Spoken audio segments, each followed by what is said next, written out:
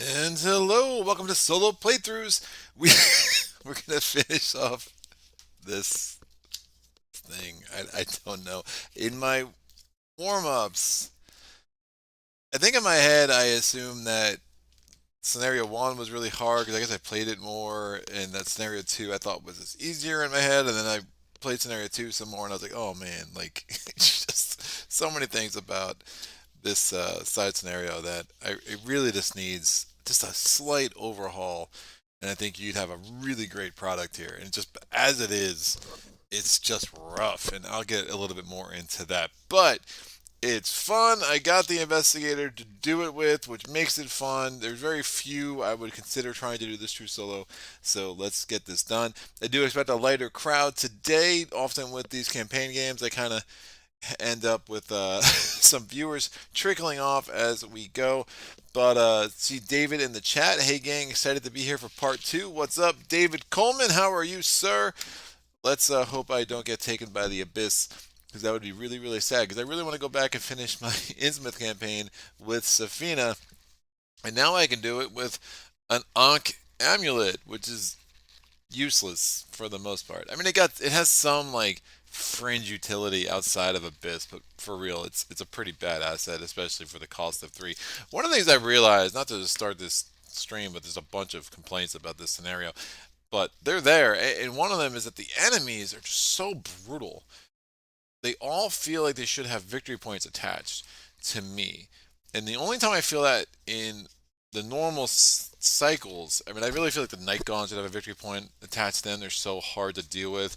But all these enemies have 4 health, 5 health. I mean, even the new one for the second scenario, the Speaker of the Dark Pharaoh, he's only got 2 health. All right, I could deal with him. However, when he's defeated, I take a damage. It's like, what? Like, they all have like these little things that just make dealing with them super, super hard.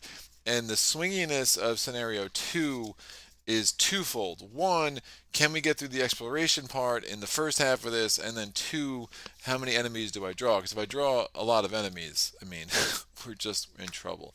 I'm good, sir. Here to guard you from the chat abyss. Chat abyss is pretty awful when it happens. So it's like sometimes I'm like, my Spirit Island live streams or Maze Night live streams, I could always count on 10, 15, depending on the time of day. I mean, I used to get like 20, 25. But sometimes with these Arkham or some of these more you know less popular games, at least less popular on my subscriber base, it's like, ugh, what is happening? And then you're like, twofold, just trying to not screw up, and there's no one there to make sure that to correct me when I make a mistake. Jonathan Rector, hey, any tips for playing True Solo? New to the game, what's up, buddy? Yeah, True Solo's a thing. It does require a different approach to deck building. I mean, you are reliant on doing everything, right? It's true solo. You got no specialization. It's not like you're gonna have one investigator that can really be the clover and the other investigator to really deal with monsters. I do find most of the scenarios I lose, I don't lose because I can't get clues. I lose because there's a monster an enemy I couldn't deal with, and it really sucked up my action economy because I ended up having to get in this loop of evading every turn and then trying to do this and do that. So I find that mystics are especially suited for true solo when you learn the trick there, especially as you grow your your collection of cards. I find some guardians are really good. I find survivory, they're very survivory. They can do some really cool things. I did that survivor cycle true solo where I went through every survivor through the entire Dunwich campaign. You might want to check out that. I find a lot of the seekers not that great true solo because they just get bogged down with an enemy or two and they don't have that many answers for it. That said, Ursula I think is the top true solo investigator in the game. She came with TFA, and if you can get the upgraded unidentified solution or strange solution, get the acidic ichor, now you got some, you got a really strong card in your deck. You just have to find it, but you have enough seeker cards that can help you get through your deck to get the card that you need. That can be really great. Ursula works really well with a lot of the relics, so you can get the ornate bow, get some of the mystic relics. There's things you could do to really beef her up and make her super powerful. Plus, her action economy is so naturally great. Even if you have to evade a lot, you can move to a new location and do an investigate action, and you can kind of make up the lost actions there. So I do really, really love Ursula. So yeah, there's it's just a different approach to the game. It's swingier. I mean, I do a campaign. I expect to take a mulligan or two. If I get three or four, I'll probably say, you know what, let me break this deck down, rebuild a new deck, and then we'll start over. That to me is how I like to play. If you don't like playing with mulligans, True Solo might not be the play to go, the way to go, because you have to be prepared for the swinginess. And sometimes that encounter deck is just gonna smash you. David Coleman, I nod. I don't like the scenario, but I do love the art and the locations. Man, that's a. I'm so with you, David. There's so many things about the scenario that I'm like, oh, it's so cool. It's just so not cool at the same time. It really drives me nuts. Mrs. Playthroughs is in the house. What's up? Sorry to miss this one live. Enjoy the playthrough, everyone. Hello, hello. Jonathan the Rector, do you have any videos talking about how to make a deck? And you. Oh, I'm sorry. Hold on one sec. And or you making a deck real time for True Solo. I'd love to learn more. I do. I made a deck on a video once. It is my first video I ever published. It's rough. I mean, it's rough. But if you want to go back and see where I started, you can go to my Jenny Barnes Forgotten Age. What is the first scenario even called? I can't remember, but as my first video I ever published, go to my Arkham playlist, you can see it. But for the most part, I think if you're looking for deck lists, like Arkham DB is a lot of, is got really good resources, and it depends on your personality and how you want to play. Like how I play, how I approach the game. Look, I play with my friend Steve a lot, like, and we learned quickly. We approach this game radically different in how what we like to put in our deck and how we did it. I take very few doubles. That is a mark against my deck builds. I sacrifice a lot in deck consistency, but I like it better that way. It forces me to use more of my collection, but that's a matter of personal preference. So if you really have a smaller collection, taking a lot of doubles, making sure you know going in, hey, this is what I'm going to use to get clues, this is what I'm going to use to deal with enemies, and go that way, that's a really nice place to start. But just again, the nice thing about this game is just go nuts with it, man. One of the things I started doing was drafting my starting decks, and there's a website. I can put a link down below if anyone wants. Put it in the comments after the fact. Just remind me. But and it helps, and it's updated through like the last Mythos pack of Innsmouth. So I'm hoping that's going to continue to be updated.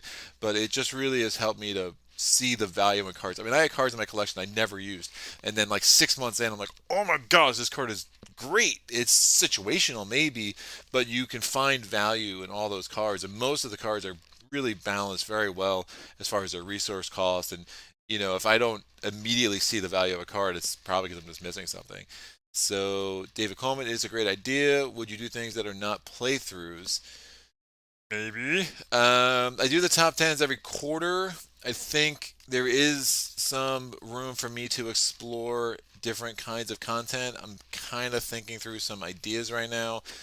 We will see. So I'm gonna let's get back to that in a couple months. John the Rector, love all that. Thanks, brother. I'll go check it out. I'm a sponge right now to learn how to play solo. Much appreciated. Great. And then your Spirit Island top 10 is fun and very educational. Yeah, so my top 10s have been really fun. I did do a top 10 True Solo Investigators. So especially Jonathan Rector, you might want to check that out. And then I have a second top 10 Mage Knight coming out at the end of this month. I did a top mages video. There's only 7. I kind of fudged it, so it is what it is. And then I have the top 10. I'm going to do a top 10 scenarios because I get a lot of questions about Maze Knight, like which scenarios to play when you're not playing Solo Conquest. So that is a nice introduction to where we're at. Again, my deck is the exact same as last week. Remember, I came in, I had to spend 2 XP to do the scenario. I only got 2 XP by winning the scenario because, this scenario is really awesome in how many rewards it gives you. Not so much. I only have 16 tokens in the bag, which is actually better. It does mean I will likely pull the auto lose more because it's a smaller bag, but the way Innsmouth has kind of unrolled for me, it's given me a less punishing cast bag than we might otherwise. Again, because these things are brutal. I mean, the -4 for the Elder thing, no thank you. It's a -1 with the tablet, but you ignore all bonuses. Yeah, not the greatest of the Knight Usurper tokens. Let me kind of go through that real quick. Yeah, so minus the skull is minus X. X is the strength of the abyss. The abyss will start at 4 because that's what it was at the end of scenario 1. The cultist is reveal another token. If you fail and the strength of the abyss is 3 or lower, add 1 strength to the abyss. We will not be 3 or lower ever in this playthrough. And then I don't have any tablets and I do not have any elder things. Cool, cool. We are going to. Oh, by the way, I should say, if you wanna, for a good time, if you are checking out my top 10 Spirit Island video, you should go back and look at all the comments. I mean, nuts, man. I mean, some people, it's like I criticize their favorite child, and not that parents have favorite children, except they all do. We all know it, but um, it is what it is, man. Like, I definitely undervalue some spirits. I learned a lot from the comments, very genuinely. So I did appreciate all the interaction we got there.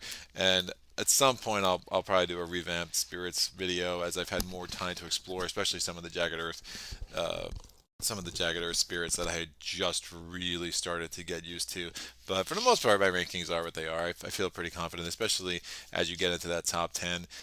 Keeper has an argument to be in the top 10, maybe. River, maybe. I find River boring. I definitely had him super undervalued. Starlight, I had undervalued. You know what's weird? I mean, I'm on a Spirit Island right now. I'm sorry. I've had a weird day, guys. Here we are. So, I've really started to like shadows, and that just, man, I don't know what's going on with me. Shadows I find a lot stronger than I used to. But anyway, back to the game at hand. Arkham, here we go. I'm shuffling up my deck here. And remember, Sefina is not going to have a mulligan, so we're just going to have the 13 cards there. We will have to do story time with Greg to acclimate us to what's going on. So, let me get out the little pamphlet here. Go to Scenario 2, the Knight's Usurper.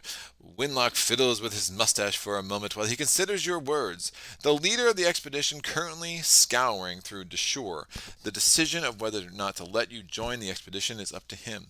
Look, I read through the evidence you gathered. I know about what happened in Cairo, and I believe your story, but still. He lets out an exasperated sigh. I just don't know how I'm going to convince the rest of the expedition crew. Ancient temples is one thing, but a gate to another dimension? This XZHARAH.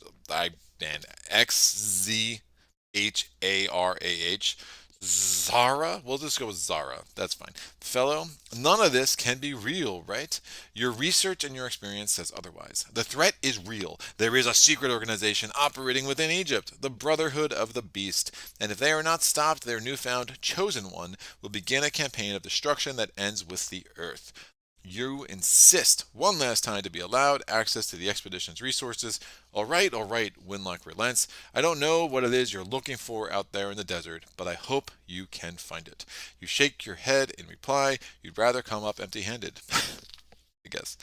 'Cause that makes sense. So we gathered all the sets. We put the expedition camp into play.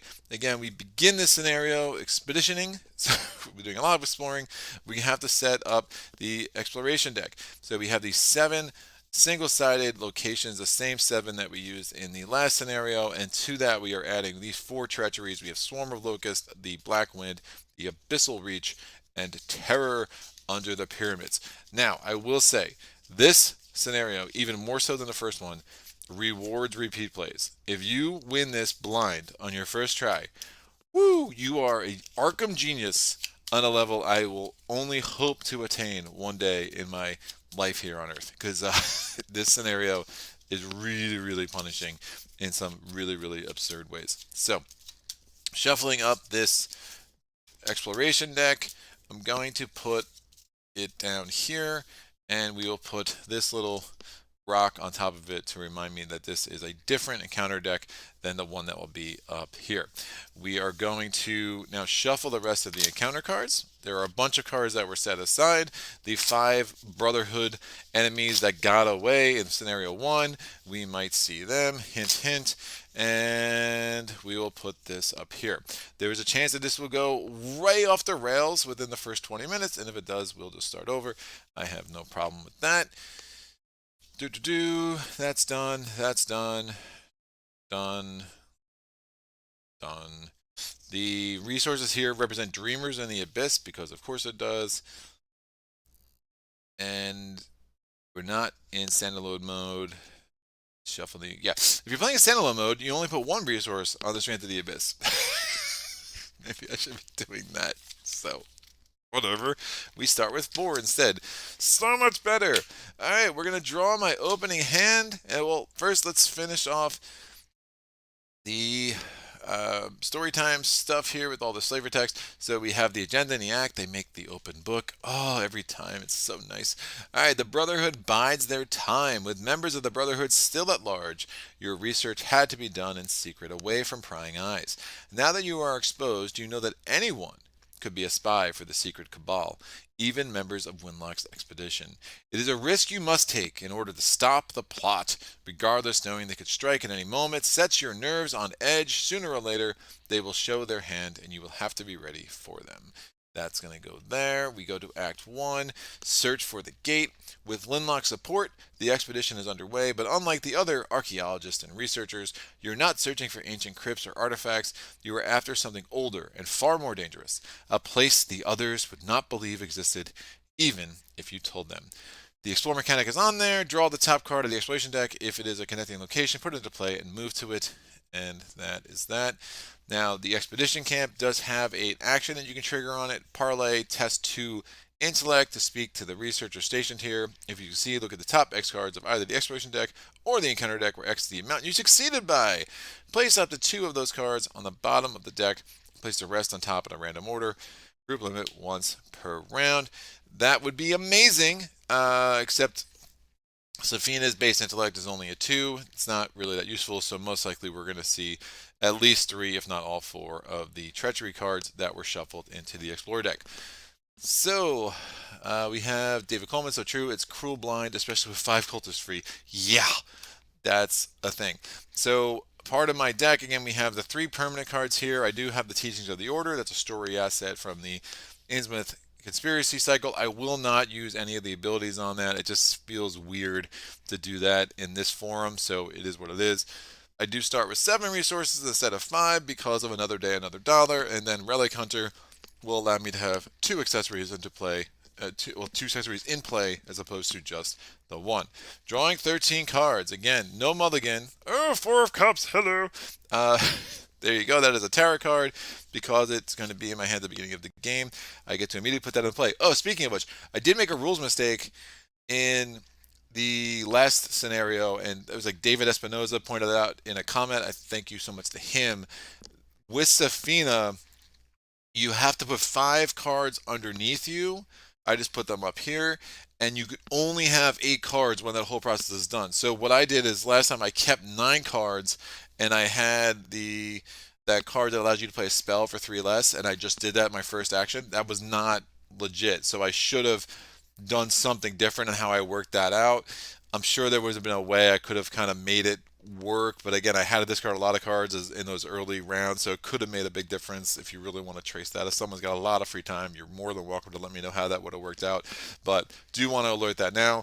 When you're done with this whole process, you can only have 8 cards in your hand, not anymore. Doesn't matter what you're planning to play on your first turn. I think that's a little bit weird. I don't know why they didn't just say, hey, check that you're only at 8 cards or less in the upkeep phase like normal, but it is what it is. I'm not MK Newman.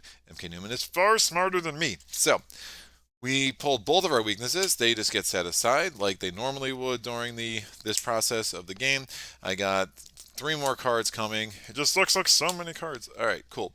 So those are my 13 cards. Right, make sure I count the 13.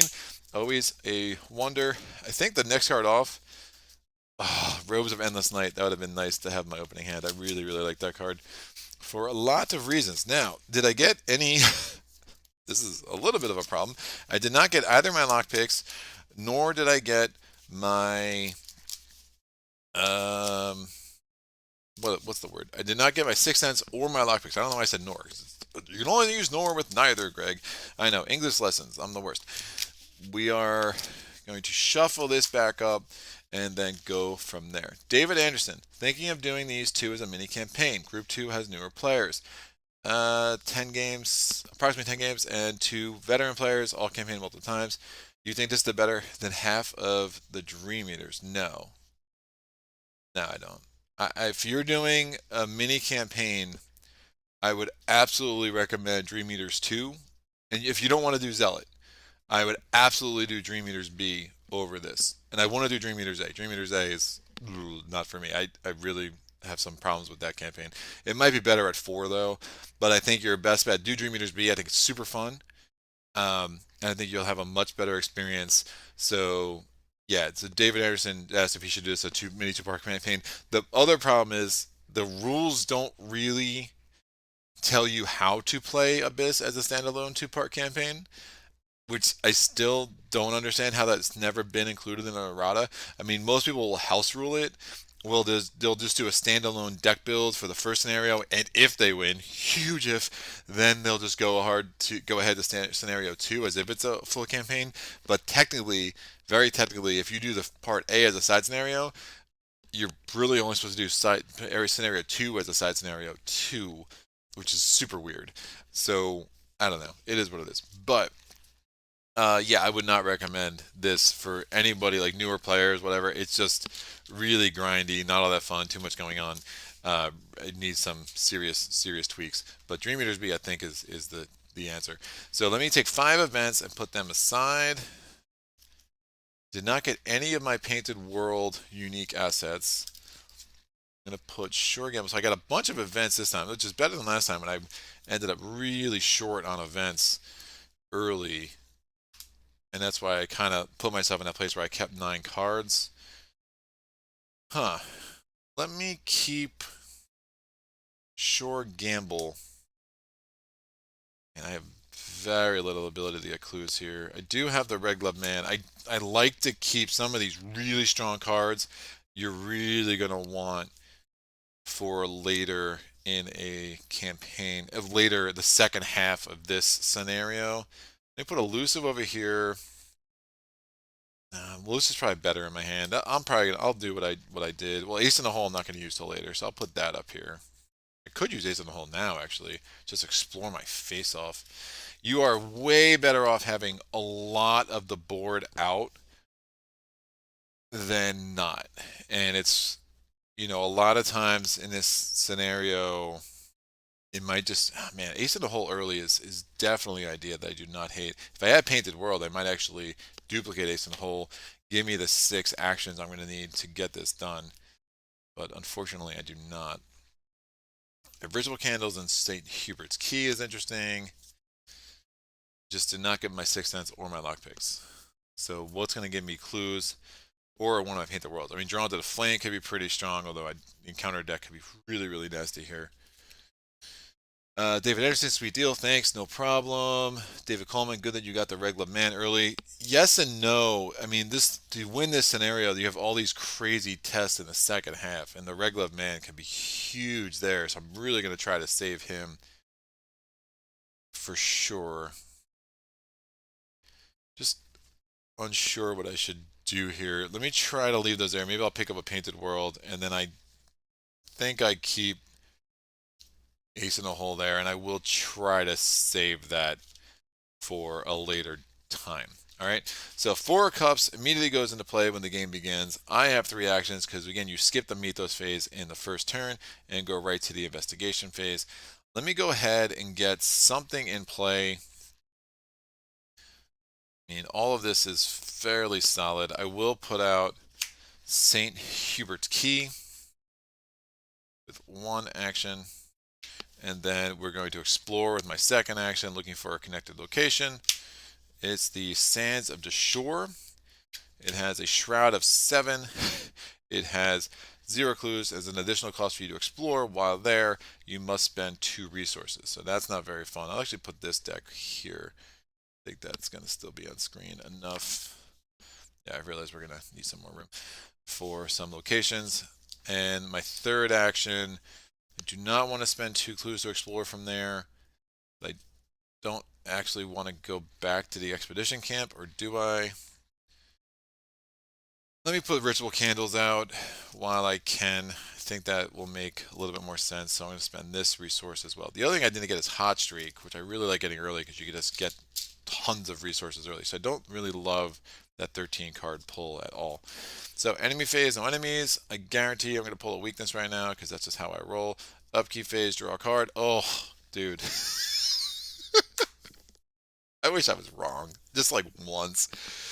Alright, I'm going to roll a die. We have to randomly get rid of one of these events. Again, there's one thing with Sefina that totally tilts me is I don't understand why this has to be random. This is such a punishing event. Either make it random and make this go in my discard pile, or like make it just let me choose which of these 5 I can get rid of. So I'm rolling a die.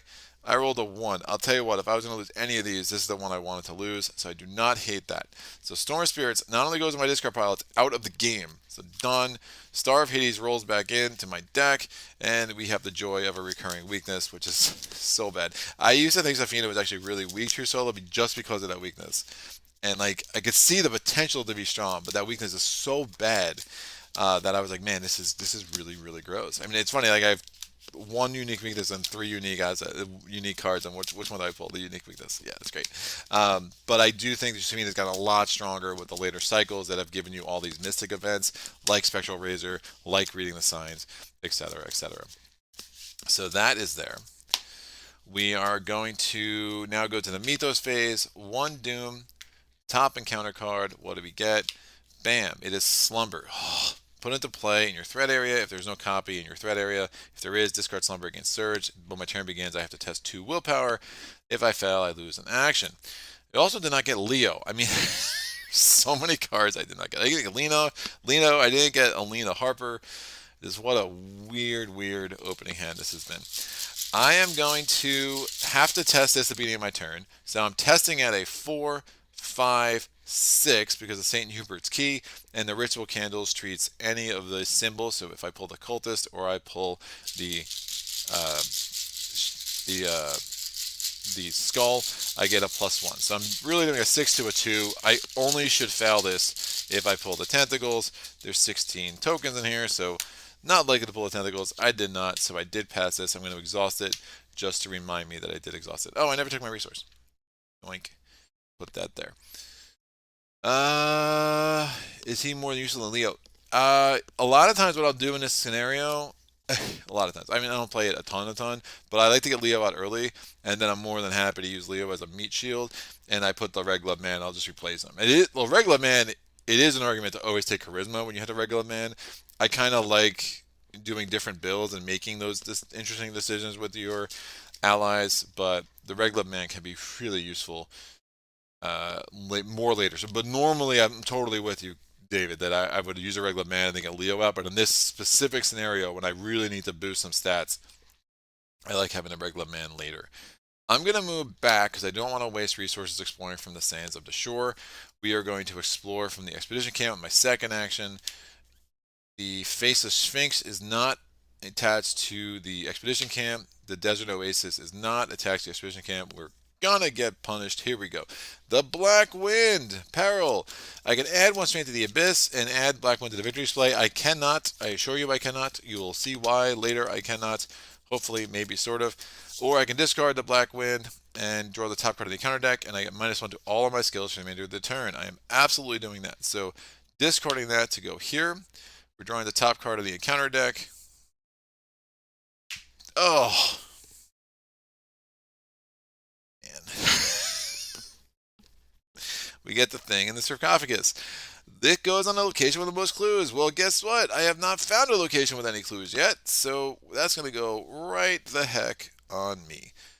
This is going poorly. Whatever, whatever this is, I assure you it is not good. So he is going to go on. Oh, wait, but I can. Never mind. I can still spawn it here. Yes. I can spawn it wherever I want. So I can choose. Does not have to go in my threat area. Location with the most clues is here. While this location has no clues, it gains Hunter. So it will come and engage with me, but I should be able to get rid of it. And hopefully I can find a location with a clue. Let me do one more action. I'm going to do another Explore. Oh, I did not succeed. So we've gotten rid of 2 of the treacheries in this deck. So we have 6 locations and 2 more treacheries.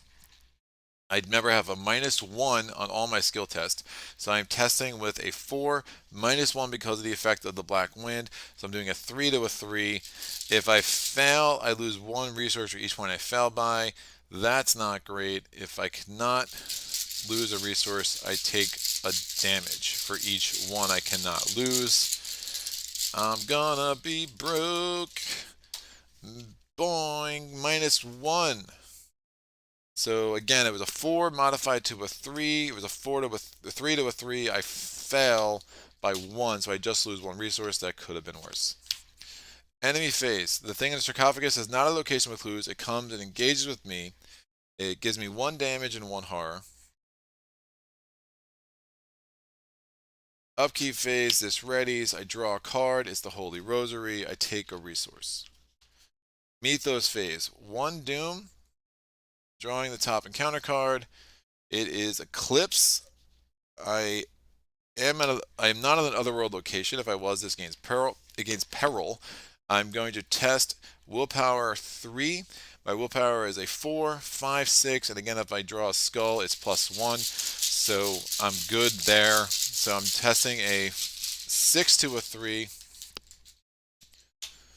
I drew a cultist, which gives me +1. So I'm doing a 7 to a 3. I reveal another token. If I fail and the strength of the abyss is 3 or lower, it's not. So I am a 7 to a 3.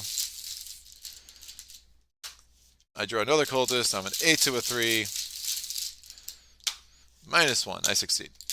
This goes away. Beginning of my turn, I have to test slumber. So I'm testing a 6 to a 2.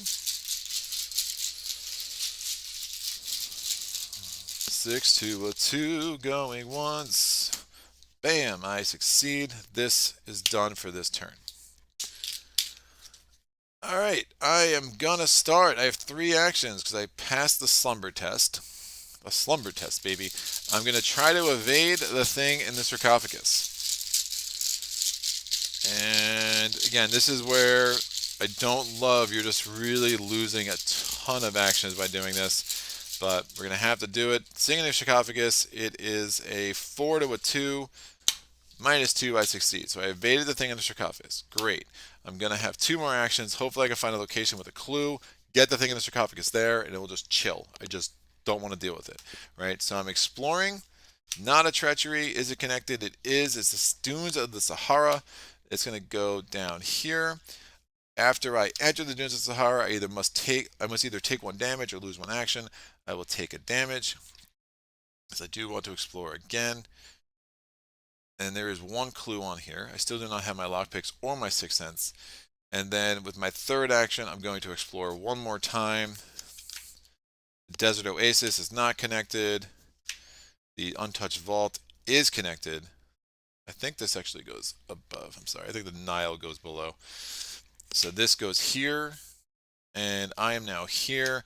Each monster enemy at the Untouched Vault gets +2 fight and +1 damage value, shroud value 4, clue value 1. If a monster enemy is defeated here, I can spend an action to stare into the creature's dead eyes, and the abyss stares back at you. Remove 1 strength from the abyss. Group limit once per game.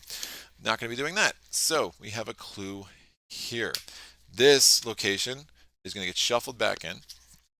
And now at least I have 1 location where I can get a clue, because I am going to need to find a way to get 3 of them. Enemy phase, nothing happening. Upkeep phase, the thing in the sarcophagus is going to ready. This is going to ready. I'm going to draw a card. Please don't be my weakness. Oh, it's 6 cents. All right, no more whining for me. That will be very helpful. And we get a resource. No promises about the no whining. Might do a little bit of that as this continues. Oh, the Untouched Vault 2 will also be higher. It's going to be up here. So I'm going to have to move the agenda. I'm going to break up the book, kids. I'm sorry. We're going to do that, though, because I think that will make more sense with how this will lay out. So if I can get that clue, move down here, I have some nice options where I want to be. Ultimately, I'm going to want to be here or here and exploring to try to put a location right there. All right. Again, this scenario really rewards multiple plays. Thing of Sarcophagus is ready. Thing of Sarcophagus is going to move up here.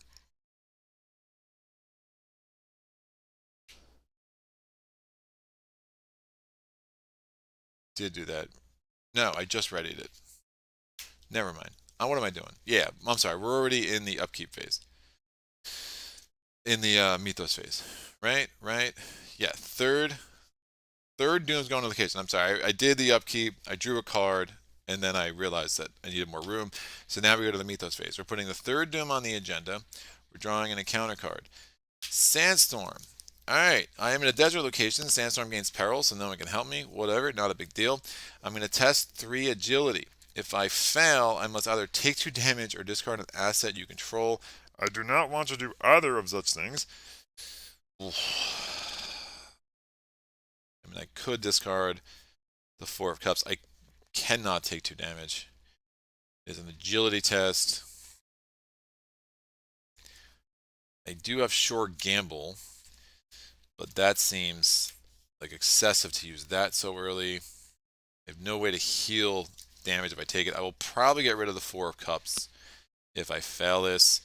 And then I do have Holy Rosary, so I'll be able to get that extra willpower boost back out soon. So I'm testing a 4 to a 3. Maybe I'm just going to succeed and make this whole nightmare go away. Come on, buddy. One time. -1. Oh, skull. Gives me a 5 to a 3 thanks to Ritual Candles. I still fail because it is a -4 modifier. Bye-bye 4 of Cups. Thanks for playing. That's going to go there. Beginning of my turn, I have to test the slumber test. I'm doing a 6 to a 2. Bam! I succeed. I have 3 full actions. My first action is I'm going to put 6 cents into play and get my first spell out. So that's going to be my first arcane slot. It's like, I'm a rogue. Look at all my purple cards. Bananas. Nice. We're now going to do a test with 6 cents. I am testing a, it's a 5 to a 1. That's nutty. Nutty, nutty. I'll commit guts. Right, so I'm doing a 4, 5 to a 4. This is a 7 to a 4. Remember, if I pull a skull, it's an 8 to a 4. So I feel pretty strong about this test. I'll feel stronger when I can get the money to get the Spirit of Thame out or get the money to get the Holy Rosary out. But right now, I just don't have a ton of money. Getting Hot Streak would be really nice, or my emergency catch. Either way, we're testing a 7 to a 4. There is literally one card that there's literally 2 tokens out of the 14 in here I don't want to see. So don't pull one of those and we should be good. That's one of the 2. I pulled a -4 and we failed. Because that's how I roll, kids. Uh-oh, get back. I definitely failed. That was my second action. And well, I don't even have the 2 money to kind of reverse that, which I probably would spend if I had it. Just got a little greedy, I guess. I don't know. The action economy is so tight. I really, when you're 14 out of 16 to succeed, I think you go for it 99 times out of 100. I'm going to get a resource because I don't really have anything better to do. Don't want to draw a card with my last thing here. Although maybe I should. Nah, resources are more important. So, enemy phase. This dude moves here. He's going to chill there for the rest of eternity because I'm not doing anything with him. Upkeep phase, I'm going to ready slumber, I'm going to draw a card. Ward of protection is nice, and let's take ourselves a resource. Mythos phase, we put a Doom on the agenda. That is already 4. Encounter card, the Abyssal Revenant. Well, isn't that great? The Abyssal Revenant is going to go to the farthest desert or other world's location. We're going to put the Abyssal Revenant on the expedition camp. Again, farthest from where you currently are. When the Abyssal Revenant attacks during the enemy phase, instead of standard damage, it's going to deal X damage, which is X is the strength of the Abyss. So 4 damage. Yeah, that would kill me. So that is not good. Looks like we're going to have to use the Red Glove Man sooner rather than later. Anyway, going to have to test this slumber test. I'm doing a 6 to a 2. What is going on? 5 to a 2. 6 to a 2 because of Ritual Candles. -3, I succeed. So we're good there. We're going to put Holy Rosary into play for 2. I'm now investigating with 6 cents. I'm doing a 5, 6 to a 4 with 6 cents. And eventually I'm just going to need to pull well here. 6 to a 4 is my second action. Auto lose. And 6 to a 4 with my third action. This is going swimmingly. And +2 is fairly good with this bag, not going to lie. But we seem to be having problems. Third action, 6 to a 4, -1. There we go. Let's get this clue. All right, one clue. We only need 2 to advance the axe, so it could be worse. We're going to go to the enemy phase. The Abyssal Revenant is going to move here. The thing in Sarcophagus is super content to stay where it is with that one clue.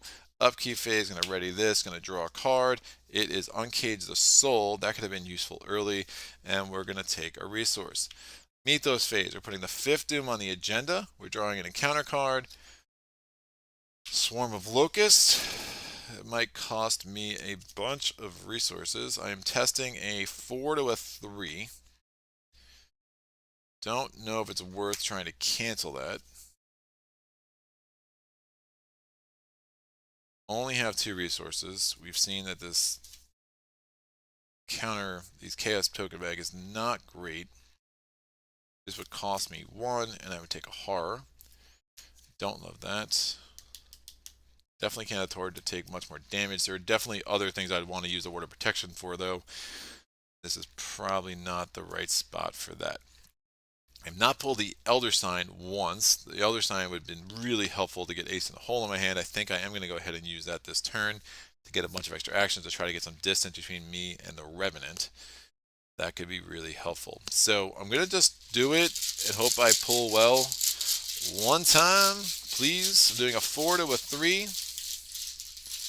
4 to a 3. Give me something good. Elder Sign. Oh! Poof! Ask and you shall receive. All right, good. This goes away, and the best part of that is because of my Elder Sign ability, I got +3. I may choose an event under me and draw it. I'm going to take the Ace in the Hole because I want to use it anyway. Sir, do you have some Manticores? I mean, there might as well be Manticores in this scenario because it is brutal. All right, I'm going to test Slumber. I'm testing a 6 to a 2. What's going to happen? Don't even out the Elder Sign with the tentacles. We already saw the tentacles once. The Skull, I'm now doing a 7 to a 2, revealing another token. -1, we have succeeded on the Slumber test, so that hasn't hurt us yet. And now I have my 3 actions. Well, I'm going to play Ace in the Hole, and that gives me 4 actions. I'm sorry, I put my discards on top of Storm of Spirits. Again, that's just out of the game, so my discard pile will be here instead. So I have 6 actions total, because Ace in the Hole is a fast action, so I do not need to worry about that costing an action. Again, it's exceptional fast. You can play only on your turn and max 1 time per round. So 6 actions. Let's see if I can't get some distance between me and the big bad that I don't want to deal with, who is right next door. My first action, I'm going to explore. And not connected, and I failed. So Desert Oasis gets shuffled back in. Not awful. Again, we've already gotten rid of 2 treacheries. We just got rid of the 3rd treachery. So we're going to be basically with an exploration deck that has a bunch of locations and nothing else pretty soon. Now, there are modifications to the Explore mechanic in Forgotten Age and the Return to that came out. I do highly recommend them. I think it would be interesting to apply them to this scenario, but in some ways it's kind of nice late to be like, all right, there's no treacheries left. Let's just get the locations out that we need. I'm going to test this. I'm doing a 6 to a 3. Terror into the Pyramids. For each one you failed by, choose and discard a card from your hand. For each card you cannot discard, take a horror. This is not a big deal. 0, that's what I've needed before, and that will go right there. My second action, remember I have 5 more. I'm going to do this. Explore, my second action, Desert Oasis. Hey, just likes to be at the top. Abyssal Reach. No more treacheries in here, so it's nice actually. There's some strong benefits to that. We are testing the strength of the. We are testing a willpower test. X is the strength of the abyss, so we're doing a 6 to a 4, and then we have to figure out what happens if I fail by certain numbers. Oof, there's some things that I really don't want to deal with, so hopefully I just pass this sucker. Bam! I failed by 2. I take a damage and a horror. That's gonna have to do. Definitely need to get an ally out here to soak up some of this nastiness. but at least we are done with the treacheries. I have 4 more actions thanks to the ace in the hole. Ace in the hole. So I'm going to explore Sandswept Ruins. Hey, perfect. Now, if you are investigating Sandswept Ruins, if you have 5 or more cards in your hand, it gets +3 Shroud. That is just absurd. That's going to have a clue on it. That is really absurd. I forgot about that. So I do have 5 more cards in my hand. I am going to be testing at a 6 to a 6. That's not going to work. I have 3 more actions. How do I want to do this? Do have Sure Gamble. Probably makes sense to use that. Seems a little bit wasteful. I do have the Drawn to the Flame. However, the Drawn to the Flame will require me to discard a card. I don't want to do that. Or it will require me to draw an encounter card, which I really don't want to do that. So I'm going to test a 6 to a 6 with Sure Gamble in my hand. Alright, let's see what happens. 6 to a 6. Now we could just pull this magical thing off. Maybe, maybe not. And if I pull one of these symbols, remember I could choose to investigate here, and that might not be the worst idea, because I'm planning, I could act like I'm investigating the Dunes of Sahara. Dunes of Sahara, the investigation value would only be a 3. So 6 cents might actually pay off here. I didn't want to worry about that earlier. I'm not sure if it would have applied. I think I pulled a -4, so not one of those. So we'll see what I pulled. So 6 to a 6. I pulled the... Ooh. So I could choose to investigate as if I was here. I'm still doing a 6 to a 6, but it's actually now a 7 to a 6 because of ritual candles. So a lot of weird things happening. I pulled the skull. It's an 8 to a 6. I would fail here, right? So investigate using willpower instead of intellect. If a skull, a cultist, a tablet, or an elder thing are revealed during this test, I may choose to a revealed location connected to my location. I am now investigating as if I were that location instead of my location. I'm going to choose to investigate as if I was here. I am now a 6 to a 6. It was a 7 to a 6, and 8 to a 6. But if I'm investigating here, it's an 8 to a 3 modified by the skull, which is -4. That's a 4 to a 3. So I do successfully get this clue from there instead of the clue I was trying to get at the Sandswept Ruins. So that was a whole bunch. I hope that made some sense. That was my 3rd action. No, that was my 4th action, right? I explored, I investigated. Can advance. Might make some sense. I think I will. I have 2 clues. It's a little bananas, but I think it's what I'm going to have to do. So I have 2 clues. I have 2 more actions. I could do this at any time. It's a fast thing. So I'm going to spend those 2 clues. I'm going to advance the act. It has been several weeks since you set forth from Cairo, but to your dismay, you have found no sign of the otherworldly gate to which the Brotherhood have supposedly retreated. Just as you are considering returning to Cairo to conduct more research, you are summoned into Winlock's tent, where the weary expedition leader is examining a map of Egypt with calloused hands. "Oh, good, you're here," he says, fumbling through his pack for an old half-burned tome which he places on the table in front of you. "Thought you might want to see what we found in that crypt to the south." You turn over the book, sifting through its charred pages until you come to a map of the desert marked by Egyptian hieroglyphs. Is it the same region depicted on the map in front of Winlock? I'm sorry, it is the same region depicted on the map in front of Winlock. See that right here? He points to one of the hieroglyphs on the western side of the map. It means door. With a hint of a smirk, he then points to the same spot on his larger map marking your destination. So that what you're looking for? Shuffle the set aside Eldritch Gate into the exploration deck. Eldritch Gate, exploration deck. Here we go.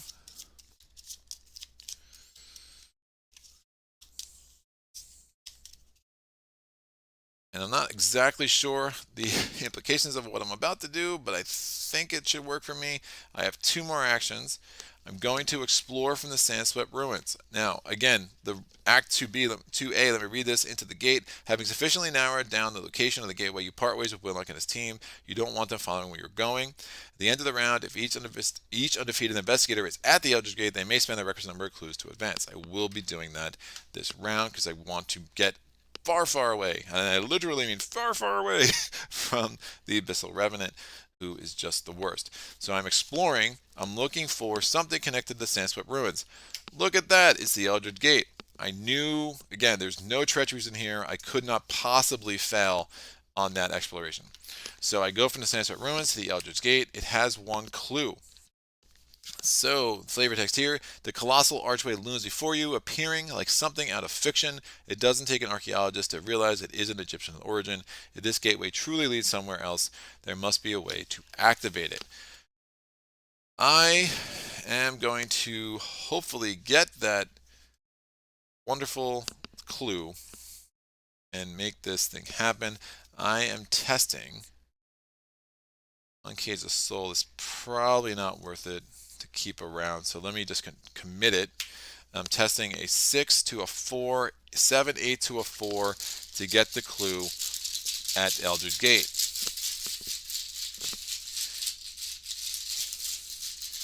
And I didn't get Leo. I didn't get Lone Wolf. Yeah, I mean, I'm kind of struggling here. Burning constant candles is really working out tonight. Yeah, but I'm worried about the Revenant needs a solution. Yeah, the Revenant is awful. The solution is to get far, far away. -3. Awesome. Glad I committed that. I get this clue. Enemy phase. These two are going to move here. Upkeep phase. I'm going to ready slumber. I draw a card. It is finally one of my copies of Painted World. Thank you very much. I'm going to take a resource. At the end of the round, I'm at the Eldritch Gate. I'm going to spend the 1 clue per investigator, and we're going to advance. Reality slips away as you cross the threshold of the gate. The sandy dunes fold into the foundation of the earth. The firmament splits, and the colors of the world bleed into the archway. When next you open your eyes, you are in a place between worlds. At the opposite end of the corridor, a figure emerges from the doorway beyond, faceless and wielding a curved blade that pulses with dark power. You shall be my next sacrifice. Yeah, that's how he talks. His voice seethes. Put the set aside a dream betwixt location into play. Bam. Move each investigator there and remove all other locations from the game. Spawn the set aside SAR enemy in the dream betwixt. Enemy side face up. Shuffle each set aside of dreaded Shantak into the encounter deck along with the encounter discard pile.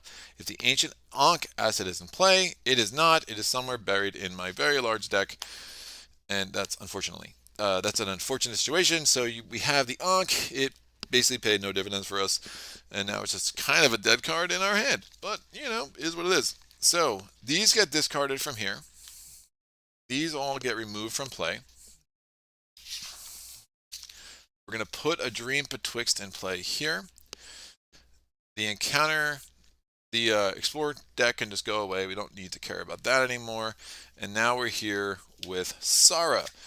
Now, Sara has Hunter, Retaliate. It gets +5 health and cannot be, or per investigators, but has 10 health. It cannot be defeated by damage. There's a parlay test on it. You can test willpower or intellect, where X is the strength of the abyss. So it'd be willpower 4 test for me, obviously. If you succeed, flip this enemy over and resolve the text on the other side. If you fail, it attacks you. Well, that's no fun. It is not massive, so Sara is going to be engaged with me in my threat area. Now, reminder that I did not, it got spawned at the end of the round, so it's not going to attack from the enemy phase. Otherwise, it would kill me because I have 0 damage shield. We now go to the Mythos phase. So, the Mythos phase, we put the 6th Doom on the agenda, and we're going to have to follow this.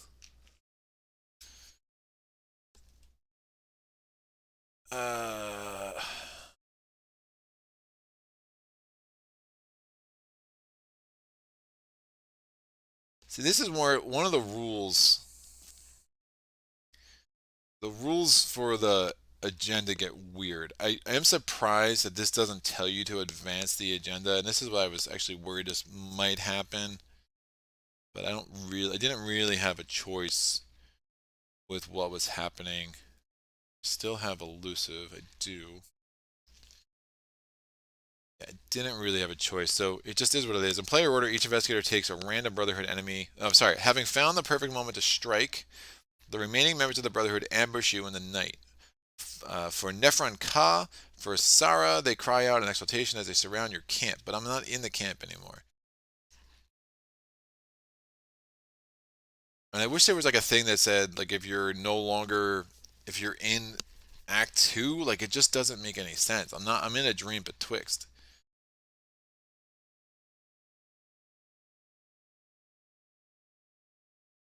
I mean, I always feel like I'm missing something. I mean, it's very rare that I get through the second act before that. I do need to read the text on Act 3A.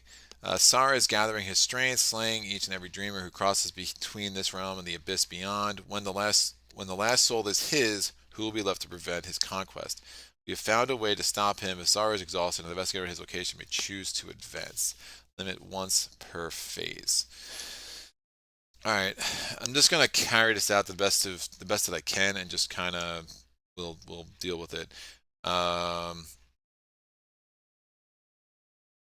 they're they cry out as they surround your camp. Their eyes are bulging with unnatural power, their muscles bulging in their veins, pulsing with bizarre fluid. Nothing you say deters their attack, and you wonder if there's any humanity left in their minds at all.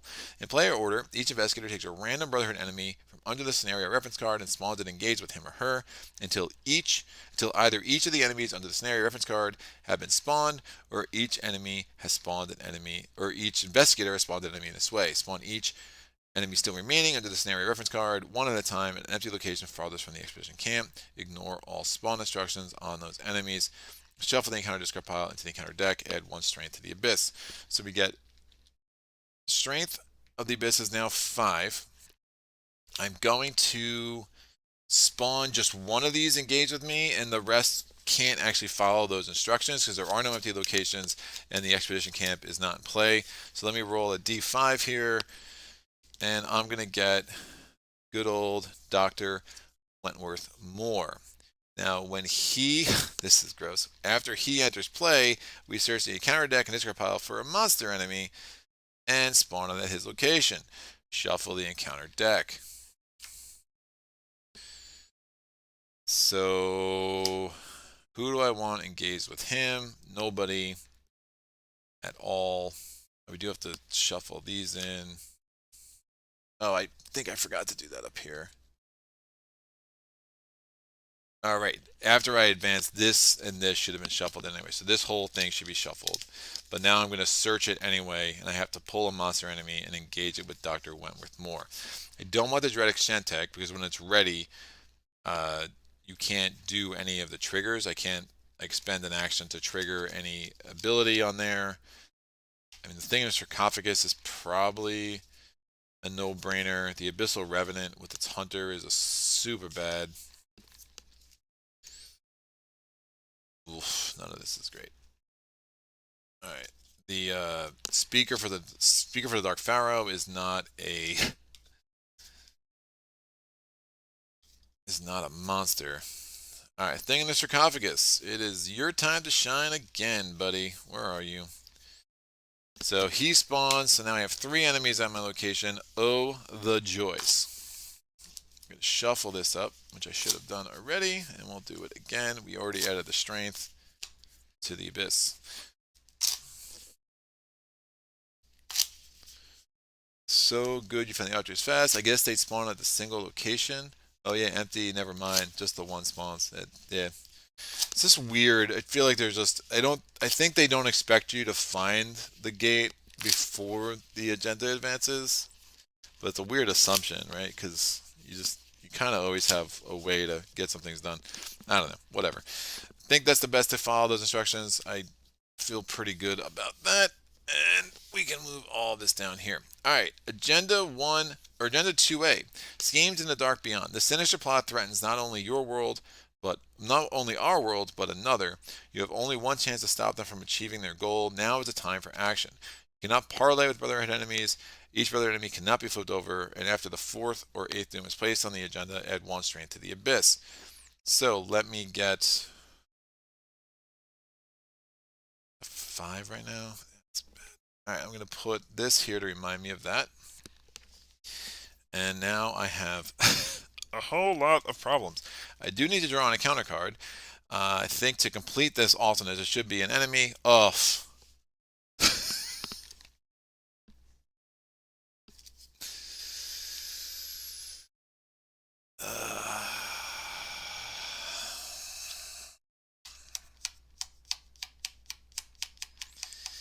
It is.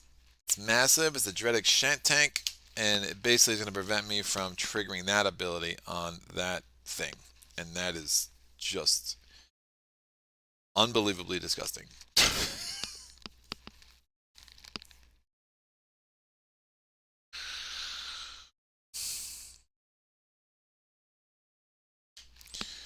So,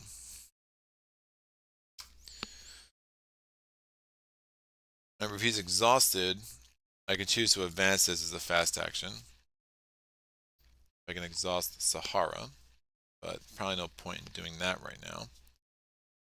Do want to investigate, but if I investigate, I'm going to do attacks of opportunities from all three of these dudes. If I take attacks of opportunity from two of those dudes, I'm dead. I do have the Red Glove Man, so that could be one idea. I was trying to save him for later, but that might be a luxury I do not have anymore. At the beginning of my turn, I have to test Slumber. Evade times 3. David Coleman, I think you did this right. It's weird. Eric Bergman, evade times 3. Yeah, then what am I going to do next turn when they all re-engage with me? And I have no locations to go to. So I do have the newly back to level 0 elusive, which I really do like, but I have no location to go to. So that's a thing. I mean, I know what I need to do, which is not great, and it's going to start with me not failing this test. So I'm doing a 6 to a 2. Remember, skulls are -5 right now, and I pulled a -2. So slumber is not my issue. I think I used a Red Glove Man. I'm so cash poor, and it makes me sad.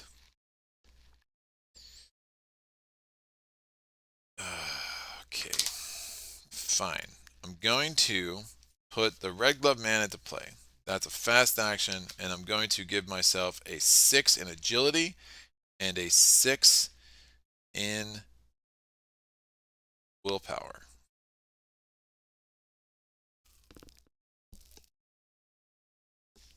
No, it doesn't matter. The Red Glove Man is going to be dead by the time this is over. But, oh man. No, he won't be. Won't be. This dude's going to be a problem. This cost me 2. The lack of resources is bad.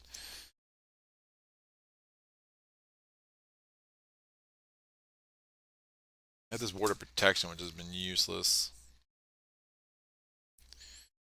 I have Sure Gamble, which isn't going to be that useful. This thing's a Hunter, because of course it is. It's 5 health. I mean, it's just nuts. I had the Banish Mystic action, but I didn't pull it. So that's not great. Already used Ace in a Hole, which that's not great. Pulling the Doctor more has been really bad, because anything else, I don't get the thing in the sarcophagus, which is obviously a huge problem. Any other Brotherhood enemy doesn't spawn an enemy with it. So now I have 4 enemies. Alright, well I have to evade the Shantak. So 6 agility, doing a 6 to a 3.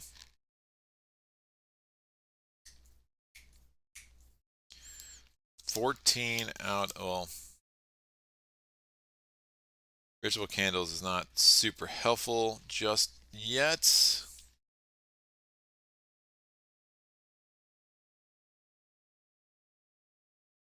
I think I evade. I evade.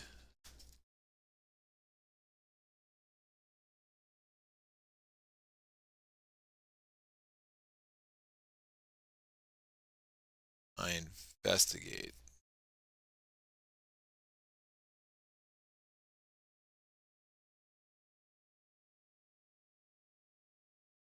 And they're all going to be chasing me the whole time. Oh, it's so brutal. Alright, I'm evading the Shantak, 6 to a 3. I'm going to contribute the Painted World to make it an 8 to a 3. It's going to be agility and willpower, because that's just what makes the most sense right now. 8 to a 3. -1, total overkill. I have evaded the Shantak.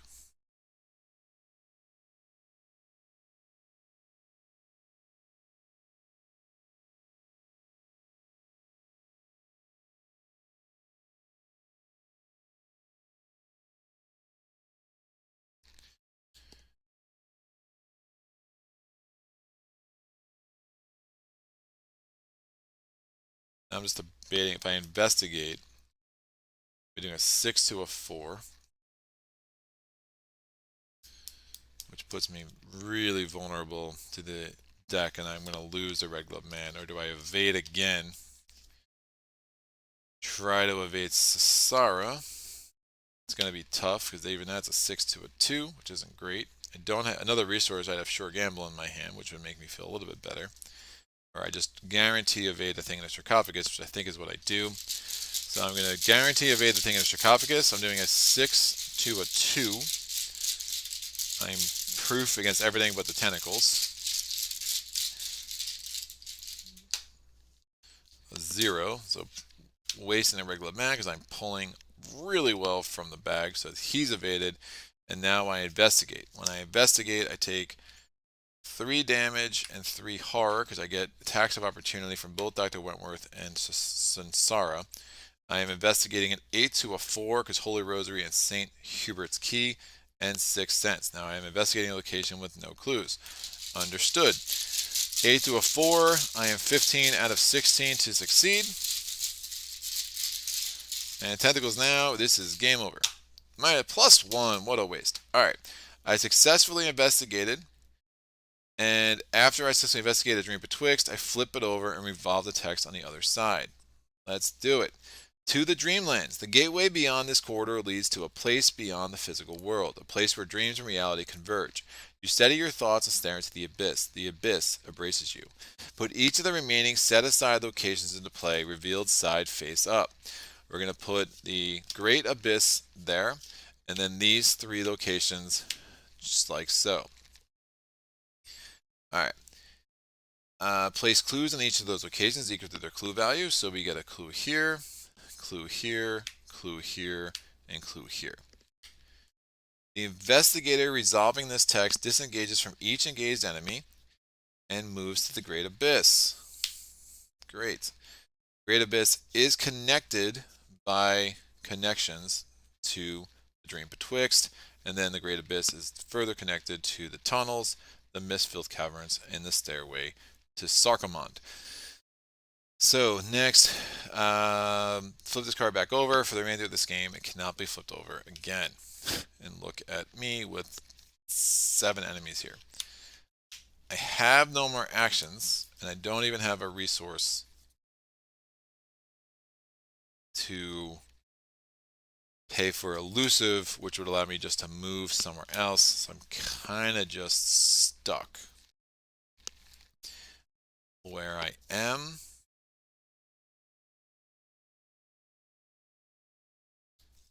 Whoosh. I have to discover that clue. I think. So that is the end of my turn. I evaded, I got a clue. Sara is a hunter, so Sara is going to come over here and is going to attack me. Kills a Red Glove Man. Gives me 1 damage and 1 horror, so I am absolutely at my limit on damage. We are going to go to the Upkeep Phase. Both of these enemies ready. I'm going to draw a card. It is Deny Existence. That's a nice time for that. And I will get a resource, so now I have 2. Mythos Phase. First Doom on the second agenda. Don't be a Shantae, please. Are you serious?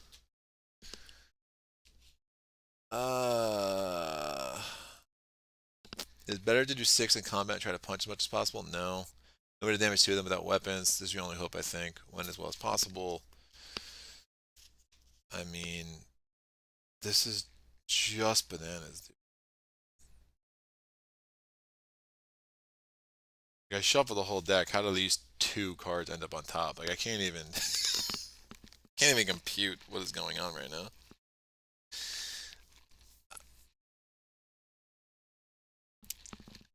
Well, we have another dreaded Shantok. As I said, there's two parts of the swinginess of the scenario. One is how exploration goes, which actually went fairly awful for me, if you consider, because I pulled every treachery. And two is how many enemies you draw, and I've drawn nothing but enemies. Like, nothing but enemies. And I have no allies, man. Oh, this is really bad. He's massive. Alright, I'm gonna passing the slumber test.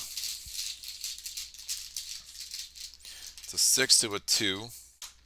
Skull, modified by ritual candle, 7 to a 2. I pass.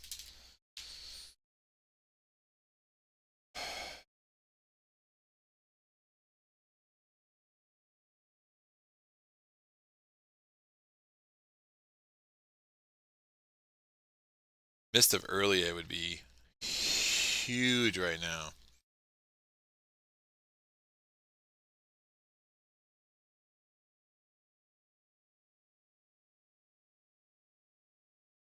Just don't have any damage shield. At all. At all, at all. I try to evade 4 to a 4, 4 to a 3.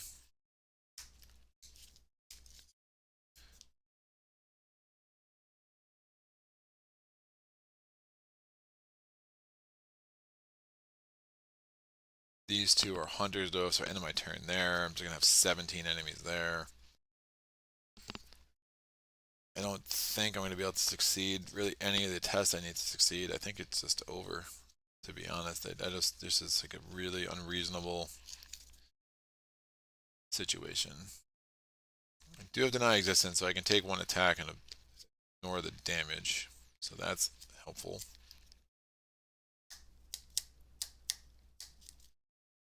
If he's ever exhausted, we can get a chance to see how to win. But remember, the Shantak's here. Anywhere the Shantak is, I can't do the ability on it. So like you're just kind of SOL. I mean, there's just nothing good happening right now. Alright, let me do this. I'm going to play the 2 for elusive. It's going to let me disengage and move there. Oh, but I can't. I'm not going to be able to. I have to evade one of them. I have to evade one of them. Or I'm totally dead. And I'm not going to have any money to put a ally into play anyway. This is really silly. Alright, I'm going to try to evade. Who's easier to evade? I'm going to do a 4 to a 3. I'm going to have to get lucky with this deck.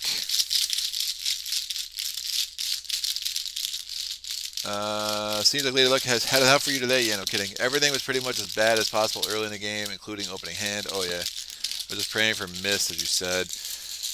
Mist is the card. And even in my upgraded robes, I can put Mist in as an action that doesn't create an attack of opportunity. The upgraded robes is really nice. But yeah, I think we're super toast. So I'm doing a 4 to a 3. I just need to hope to get lucky. I don't really have much of a choice here. 4 to a 3. I made it a 5 to a 3. I failed. 4 to a 3 again. I have nothing to boost it. Never got my manual dexterity. I can't spend the 2 on Sure Gamble because I'm super toast that way. 4 to a 3. Bam! -3. Alright, that's pretty much game.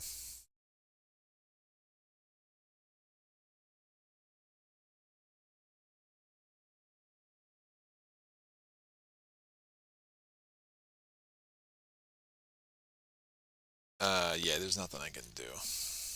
There's definitely nothing I can do.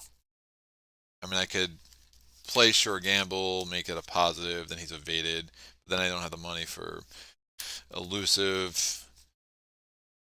So, we'll just do Sure Gamble so then I can die a more peaceful death somewhere else. So I'm here. This is disengaged. They're both going to come and engage to me. These two both move here. I think Sarcophagus would chill there. We get the other dreaded Shantak. I mean, that's just ridiculous. And then I can use Deny Existence to cancel the damage from Sara's attack. So that is going to be just 2 horror, but I cannot do anything to get to get rid of the damage from the Shantak. So that is 1 horror, 2 damage, and we are super dead. So we are defeated. I'm going to go to the booklet and see what happens. We're defeated. Go to resolution 1. It's just an arch. Why are you so worked up, boss? Winlock crossed his arms. Something about all of this felt wrong. He was sure that this was the place those folks from Arkham were looking for. A delicately patterned archway that led nowhere at all, and yet Winlock was certain there was something on the other side. It's not Egyptian, he noted, staring at the thing with narrow eyes. It doesn't even look human. You believe those loons? Look, boss, it's nothing. One of his men laughed. Is it? Winlock snapped, eyes wide. Is it? So record that the day of reckoning is coming, and each investigator earns experience equal to victory X of each card in the victory display. That is exactly 0 experience because this scenario is absolutely bananas. At least we were not taken by the abyss. Yeah, I don't know. That was just really bad. Lockpicks are here. Spectral Razor. Oh man, all my spells. Miss Earlier. I did shuffle Star Hades back to the bottom. Ankh, Alina, Banish, Hot Streak. Leo, Intel report. Here's my Lone Wolf. That could have been helpful if I got that early. My 2 copies of Painted World, Backstab, Manual Dexterity, Unexpected Courage. I mean, I love this deck. I really do. I really, really do. It just got the wrong cards at the wrong time and not enough of the right cards. So that's that. Look. There's no point. I'm not gonna be coming back to this scenario on the channel. Frankly, it's not that fun. I mean, there are 2 resolutions. You have one resolution that is really built for Guardians. If you have high combat, like Mark, I think the only time I ever did it successfully was with Mark Harrigan, and it's interesting. It requires a lot of damage doing to Sara, but you have to also do a combination of tests on these locations. Now, if you're doing the combat-oriented one, all you need is a high combat skill and a bunch of combat skill cards, and you can really be able to make that work. This way, Sefina is pretty well suited for it. You need intellect, you need willpower, you need agility, and you can kind of piece it together and make it work. So there's a series of tests here. You also need to get the last clue off of that to get the abyss lower. So, and then once you exhaust Sara, then you could advance this, and it tells you like how to win. I do like both of the assets you can get. If you win the combat way, you get this. If you win the other way, you get this. It's an interesting card. Again, the utility of it outside of this campaign, though, is super limited because it costs 4 to put out. And as far as assets go, is this worth a 4 resource asset? That's my problem with the Ankh, too. It's like, it's a nice asset, but it costs 3. Like, if it all costs 0, I'd put it out, and then it has some niche utility, and to take up the accessory slot.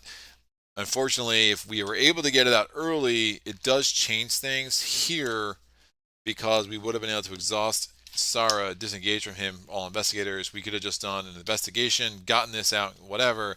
But the way it planned out, because the agenda advanced, we also get Dr. Moore. We freaking had to put the thing in the sarcophagus out, and then I pulled back-to-back dreaded Shantaks.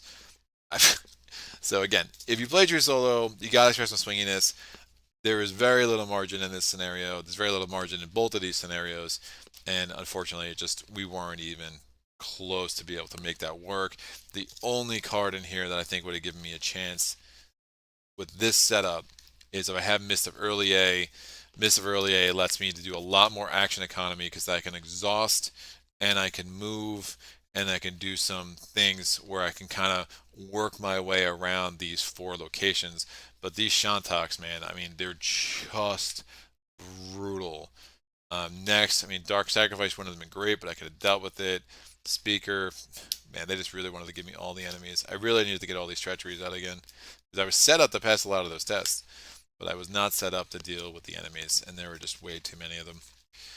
Way too many of them. So, disappointing outcome, but again, when I get through Abyss and I didn't get taken by the Abyss, I consider that a win because this scenario is just that bananas. But I'm going to go ahead and take the Abyssal Revenants out. get them a little bit set up for, the next time I play this, which won't be very close. What do we got? Hard to see from here, but hunter on both. There is a hunter on the thing in the sarcophagus, and there is a hunter on the Shantak. Yes, yes, yes. So the thing in the sarcophagus is a little bit more confusing. It only has hunter if it's on a location without clues. So it does. Or all I mean, the only one that didn't have hunter is Dr. Wentworth, which is he just stayed there. But again, when you pull Dr. Wentworth, you have to search the collection. When he enters, I mean, it says don't ignore the spawn instructions. I'm like, why does it not additionally ignore the force instruction on Wentworth? Because it's just a bananas card when you get it. So yeah, you pull a monster. Now in scenario one, the monster isn't awful because you can always pull the one that doesn't have hunter. I mean, there is one thing I could have done where I might have tried to test. I could have just killed the thing, the Red Glove Man, and just investigated right off the bat, gotten here, and then moved. But once I pull the Shantak, it just doesn't matter, man. I'm not that loaded up to do that many agility tests, especially since I didn't have my mist. I mean, that is maybe one card you consider spending 2 XP and getting another version of in this deck, but it's just really, really bad. David Coleman, the enemy ambush was horrific, and as you said, weird. You should be rewarded for getting through the arch quick, but the agenda deck denied you that. Getting out alive and staying is a win. Yes, it is. It's so bad. It's funny to me, like, you think about just the hours that goes into creating each scenario, and then you get here, you get your final product. Like, why not spend the extra 8 to 16 hours? I mean, 2 days of work to really make this good. The artwork's so good. You can just put it out in your next errata. Give us something that's actually approachable and workable. So many aspects of this are great. These enemies are too hard. There's too many of them. It doesn't scale at all for solo in a way that is really frustrating. I just think that you're sitting on a really nice product here, and you're just you're not making it what it can be. But that is me. I'm getting old and cantankerous, man. I'm been playing a lot of too many posts the last couple of days, and I have similar gripes about just design decisions that I just cannot understand why you would have done this instead of that on what otherwise is just a fabulous game. But whatever it is. Maybe one day I'll get into game design, but that day is not today. Instead, I'm just going to be that Yahoo, just being a little bit bitter, a little bit bitter about how that played. That played out. At least we got to Act 3. Where is this expedition camp? This can come out. This is here. So, but we have coming up, we got Finn. I'm going to take Finn through one of the 3 labyrinth scenarios. Labyrinth is another one. Very, very cool, kind of. It can only be played as a side scenario. They're all a little bit repetitive. The epic multiplayer mode is interesting. It's kind of like, what's the word I'm looking for? It is kind of like a gimmick in a sense. Like, you want to do it once. I'm not dying to do it again with my friends. I do have 2 friends that both own Labyrinth, so we have been able to try it once. But after Labyrinth, that's where we got some fun scenarios. We got Excelsior, we got Blob, we got Outer Gods, just fantastic side scenarios, and definitely Arkham finding its sweet spot with these side senios. But kudos for playing True Solo. What's up, Bergman? Kudos for playing True Solo. I do too, but just started out with the core box. A really good game, but I still struggle with some rules. Yes. The rules, I will say, the Fantasy Flight is really set the gold standard in rules references. You will have to take some time to really get it. Playing with only the core box is tough. I do recommend playing it easy. If you only have the core box, you just don't have the collection to really make you super competitive. If you can pick up the Dunwich cycle or the Carcosa cycle, you get a lot of staples that really round out a lot, like all of the classes, in a way that it makes everybody pretty much viable true solo, except for a couple, in my mind. But now, especially after Dream Eaters and after Forgotten Age, I mean, the cards that have come out, you really can make every investigator viable true solo. And the investigator decks, I mean, pick up Cho. I mean, if you want to play some Guardians, pick up Cho. I mean, his cards are bananas. They're really, really good true solo. And you can also pick up Stella. Stella's really solid true solo, so I would strongly recommend that. But it's hard. It definitely, getting into the habit of reading every word on every card will really benefit you a lot as you learn. And even if you've played, oh, I played this card 4 times, read every word on every card because you're likely going to miss something if you don't. And there's a lot of hidden rules that often will help you. You just have to know that they're there. So, but yeah, I love the game solo. I play a lot co-op. I understand why people two-hand it. I do think it's easier, especially if you know what you're doing with any kind of, you know, rudimentary deck building. You can really specialize in a way that makes the game a bit more accessible. It's just a lot to manage, and the scenarios take longer than I want them to. So I just, like in all games, I'll play two-handed very, very occasionally, but I really, my what I enjoy the most in solo gaming is the ability to play true solo, for sure. So it's kind of what I stick with.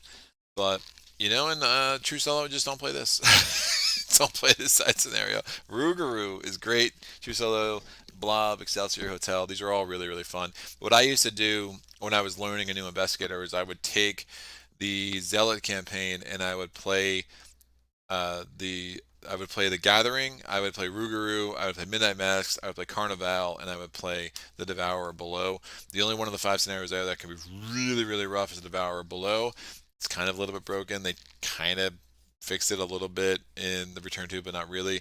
But that used to be really fun, like 5 scenario campaign for me, like campaign that I created for me, that I would really felt that helped me in this game a whole lot. David Coleman, yeah, and then there's a FAQ and a Rada from FFG. A lot to know. Yeah, yeah, yeah. They do a good job with it. I do think they could kind of they could simplify some of it. It just some of it's a little bit overwhelming. But the taboo list makes sense. I do go ahead and just write the taboo and mutation rules right on my cards with a fine tip Sharpie. That's not for everybody, but there's no way I'm remembering all like crap and like this is a game to me. I'm not selling my collection for any real profit here. So taboo rules, mutated rules, right on the cards, and that's what works for me. Elder Gods is cool. Elder Gods is very cool. It's very. I need to play it more. I want to explore it more, but it's very, very cool. Midnight Mass is my testing scenario for more experimental decks. Yeah, Midnight Mass is great. And it's kind of opens you up to this world of Arkham where you're like, I only got 3. Is that good? And you're like, yeah, it's really good. True Solo, that's fine.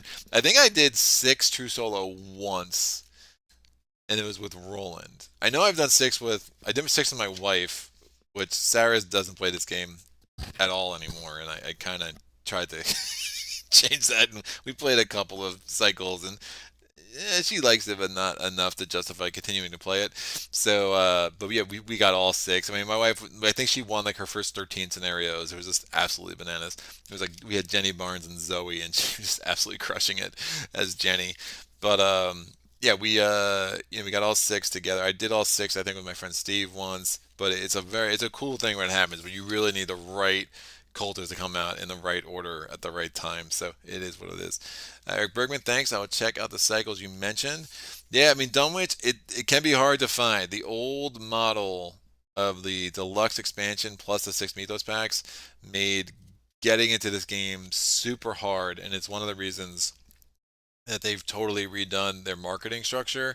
So now you just need to find the 2 boxes. They do have plans, from what I understand, to release all the old cycles with the new model of here's the model with the investigators and the investigator cards, and then here's the box with the scenario cards and everything you need to play this cycle, right? So I think that'll be really good.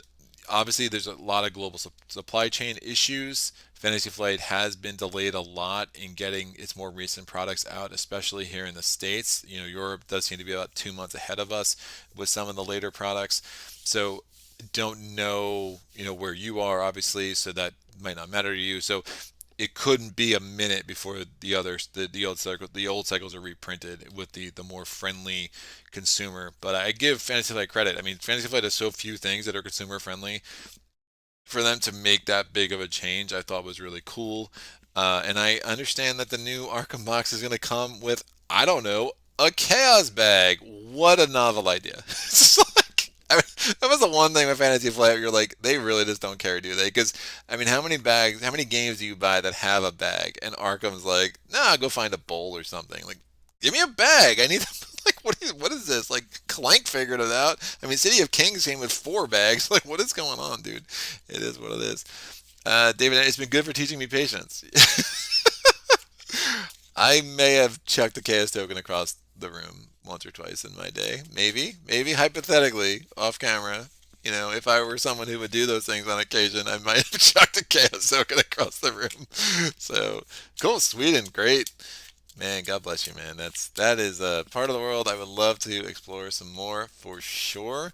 I've not really gotten close to that part. So, I guess unless you consider like Scotland close, that's probably about the closest I've been up into that part of the world. So great, some beautiful pictures, and I'd love to see it in person someday. So, that is about it. I don't see any questions, comments, epiphanies that come up later. Put them in the comment section below. How would you have played this game differently? You know, you looking hindsight, it's like, all right, this is why people say take doubles. But again, even if I got another copy of Mist Early in here, there's a chance I don't pull it, right? They both get buried down at the bottom. You think about how many strong cards I really could have used and just didn't have access to. You know, sometimes your deck comes out weird. I started with a lot of events, and at least I got Sixth Sense early to help me advance the deck, but I really wasn't in a place to do much with it. I mean, the one decision I made when I advanced the deck, I knew I was probably going to end up with a Brotherhood cultist on me. But the problem, if I didn't advance it then, you end up in a weird situation that since you can only advance Act 2 at the end of the round, the Abyssal Revenant would have had 2 opportunities to move, and now I have a Brotherhood cultist, and if you advance and they're in your threat area, well, they come with you to a Dream Betwixt, right? So none of that's good. I mean, the one thing I could have done is just dug through my deck hard and tried to get the Ankh, but again, I have a 30-something card deck, almost 40 card deck, and part of this deck includes the Star of Hades, which I didn't know was very close to the bottom, and obviously that becomes a huge problem when that keeps coming out. I'd rather get a box that fits the cards. Yeah, storage solution. The return twos. Look, the return twos are not great value for the money. I am 100% going to admit that. But as far as a storage solution that they give you, the improvements they make to the campaign for the most part, I feel like every scenario is slightly improved, except for like 1 or 2 that I'm like, ah, man, why did you do that? Return twos are great, and they're really nice storage. But I mean, even that, I have all the return twos, and I still have 3 card boxes that I use for my collection. It's pretty nuts. And I can't fit sleeve cards in my card boxes, which is fine. I only sleeve the decks that I'm actually in the middle of using, and I don't sleeve the side scenarios. David Coleman, the stream of tentacles in part 1, 2. That was a lot of bad luck. Yeah, part 1 was, was great. I mean, it was so great. I really wanted to kill freaking Neath with that backstab. That would like crushed my soul when I didn't. I was like, that would have been the best way to end that. David Anderson, you would like the new cards on the edge of the earth. Makes you play only one version of each card, but makes your deck smaller. Interesting. All right. That's cool. I need to check that out. That seems like a card written for me. It's like, the thing you have to learn is there's so many cards that are just duplicative. They kind of do the same thing, right? And I think for me, like I started the Innsmouth scenario with 2 copies of Sixth Sense, but my arcane slots, it can be pretty, can be some competition there. And once I picked up lockpicks, I'm like, well, lockpicks and Sixth Sense are virtually in a true solo game going to be just as good for me. So there was no point in trying to, have both of them in my deck, and I just want to experiment with more cards. But I mean, I looked through this deck, like, what am I getting rid of? Banish, I mean, and you want events. Like, if I had Banish, like, Banish is nice because I can invade someone and just send them across the known universe, right? It's just, but, hey, reconnection successful. Thank you, OBS. That's great. So that is that. We'll be back with Finn. Looking forward to that.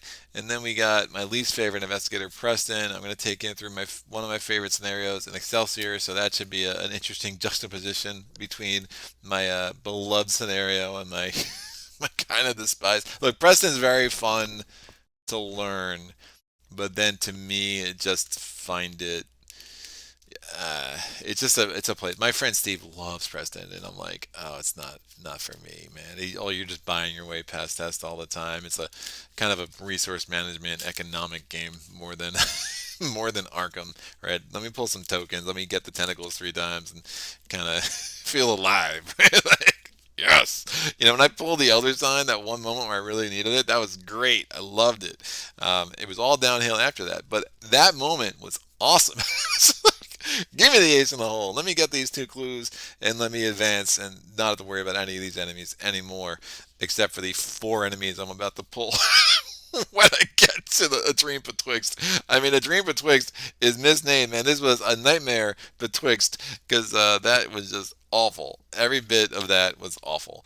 But it is what it is. Man, these Shantax are just so bad. They're so bad. Like, if you're gonna do all these things, man, you can't give it 5 health. You just can't. It's so stupid. Or give it 2 victory points.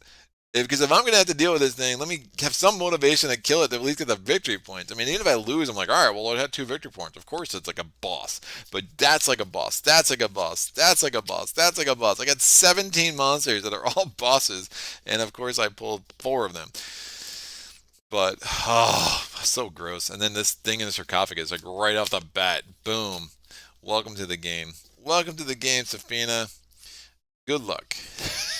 So it is what it is. I could rant all day about what just happened, but I will not because you all have happier and better things to do than hear me gripe about some bad luck. So I don't remember what my live playthrough is next week. Am I doing a live playthrough next week? I'm not sure. Let me see. Let me look this up real quick. My next week solo playthrough schedule is, yes, live playthrough Lost Relic with Norowas. We will be getting a live playthrough of the Lost Relic on the channel. And then at the end of the month, I will be doing a live playthrough one of those weeks because I will be doing my top 10 list. I release those on a Wednesday, and that will work for everybody, hopefully. But it's been great. Thank you for making this chat lively and making this hurt just a little bit less in my soul.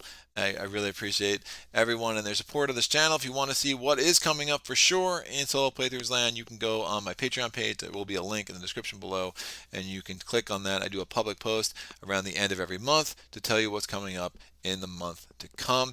So that works. Don't see any more comments. I am going to sign off. Again, thanks again for joining me. Until next time, happy gaming.